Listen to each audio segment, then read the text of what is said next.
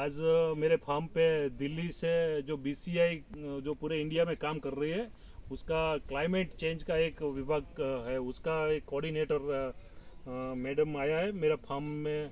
और विष्णु भाई पटेल है जो फ्लो FW मैनेजर गुजरात के, और ये विपुल भाई। आज पूरा 2 घंटे की बाद हमने पूरी चर्चा की और पूरा फार्म दिखाया मैडम को। और वो जो मैडम क्लाइमेट चेंज के बारे में जो पूरे इंडिया में काम कर रहे हैं, तो हमारा ये मॉडल फार्म देखने के लिए आए थे। तो मैं उन्हीं से ही बोलता हूँ कि आपका थोड़ा नाम पता, और आने वाले भविष्य में जो किसानों को तकलीफें आने वाली है और लोगों को भी तकलीफ आने वाली है ग्लोबल वार्मिंग की वजह से, तो आप थोड़ा आपका सुझाव बताइए। और किसानों मेरी तरफ अपना फार्म में ये एग्रो फॉरेस्ट्री जैसा कुछ करे। तो आप ही आपका नाम पता और आने वाला भविष्य में क्या करना चाहिए, आप ही बताओ 2 मिनट के अंदर। ओके, नमस्ते। मेरा नाम दिव्या है और पहले मैं धन्यवाद कहना चाहती हूँ। और मैं बहुत इंस्पायर हो गई हूँ ये फार्म देखने के बाद। इंस्पायर क्यों हो गई? क्योंकि ये जो चर्चा, ये क्लाइमेट चेंज हमारा किसान को अफेक्ट कर रहा है, और ये क्लाइमेट चेंज सिटीज़ में भी प्रॉब्लम है। और सिटीज़ में प्रॉब्लम क्यों है? क्योंकि हम ज़्यादा वेस्ट जनरेट करते हैं और ये लैंडफिल्स में जाते हैं और अर्थ को इतना नेगेटिव इम्पैक्ट होता है। तो अर्बन गार्डनिंग बहुत फेमस कॉन्सेप्ट बन रहा है सिटीज़ में, और लोग कहते हैं कि जितना हम ह्यूमंस हमारा वेस्ट कम कर सकते हैं, जो हम कम करना चाहिए। एग्जाम्पल, जो हम सिटी लोगों के बताते हैं कि ये जो वेस्ट, वो सब्जी और फल जो हम खाते हैं ना, तो वो सब हमारा घर से बाहर निकलना नहीं है, क्योंकि वो सीधा लैंडफिल पे जाएगा। और वो प्रेशर, वो ये जो डिग्रेडेबल है, कंपोस्टेबल है, वो ये प्लास्टिक के साथ मिक्स होता है और वो ज़्यादा प्रेशर पड़ता है हमारे अर्थ में। तो कहते हैं कि जितना वेस्ट हम हमारे घर से वो कम कर सकते हैं, वो कम करना है। और कंपोस्टिंग एक सोल्यूशन है। तो ये बहुत लोग ऐसे वो बात करते हैं सोशल मीडिया पे भी, मगर मैं आपको देख रही हूँ ना, तो बहुत इंस्पायर हो गई। जो आपने कहा कि ये एग्रो फॉरेस्ट्री में जो लीव्स जनरेट होते हैं, आप वापस कंपोस्टिंग के लिए, वो रिसाइकल होता है, ये वेस्ट नहीं हो रहा है, आप रिसाइकल हो रहा है। तो ये सब देखकर ना मैं रिलेट कर सकती हूँ कि जो हम सिटीज़ में भी करना है, जो आप कर रहे हैं, वो दूसरे फार्मर्स के लिए भी नहीं, जो के लिए रेलेवेंट, सिर्फ फार्मर्स के लिए रेलेवेंट नहीं है, मगर हम जो सिटीज़ में रहते हैं ना, हमको भी वो बहुत रेलेवेंस है और बहुत इंस्पिरेशन है। और जो एक्शन हम लेना है, लाइक फॉर एग्जांपल, अगर हम क्लाइमेट चेंज के बारे में बात करते हैं, तो किसानों पर एक डिस्प्रोपोर्शनेट, वो ज़्यादा इम्पैक्ट हो रहा है।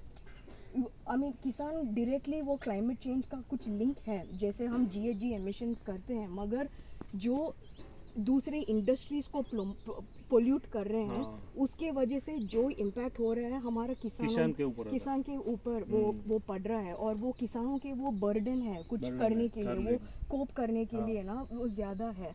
और अभी कैसे क्लाइमेट चेंज हो गया, अगर आप देखें जाए, वो अभी जो क्लाइमेट चेंज हो रहा है, वो बहुत अलग है।